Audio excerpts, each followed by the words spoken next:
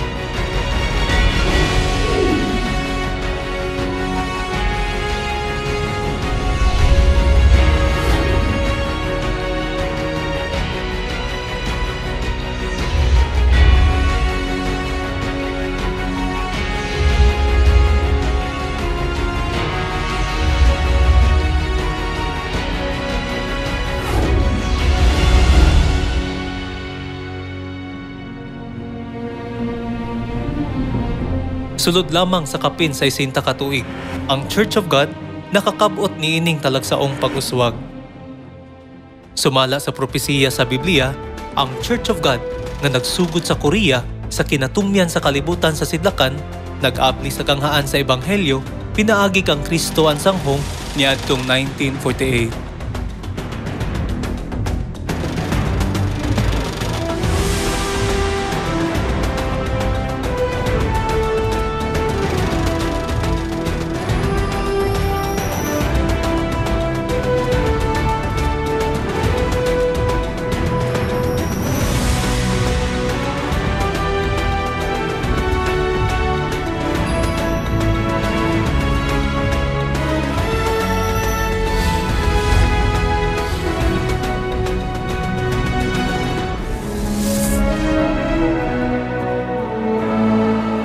Talagsaong Korea.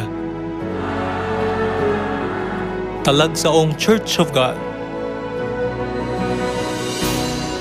Ang kalibutan nagmaya og namakpak uban ang tinguha alang sa Church of God. Korea, ang bagong duyan sa Ebanghelyo, ug ang Church of God, ang bagong balaang yuta sa Ebanghelyo. Ang mga tunog sa kalibutan nagpadulong na karon sa Church of God. O adlaw sidlak, o kaadlawon, gunuba ang kangitngit. Ablihi ang bagong adlaw ug pangandam alang sa bagong buntag uban ang lanog nga tingog.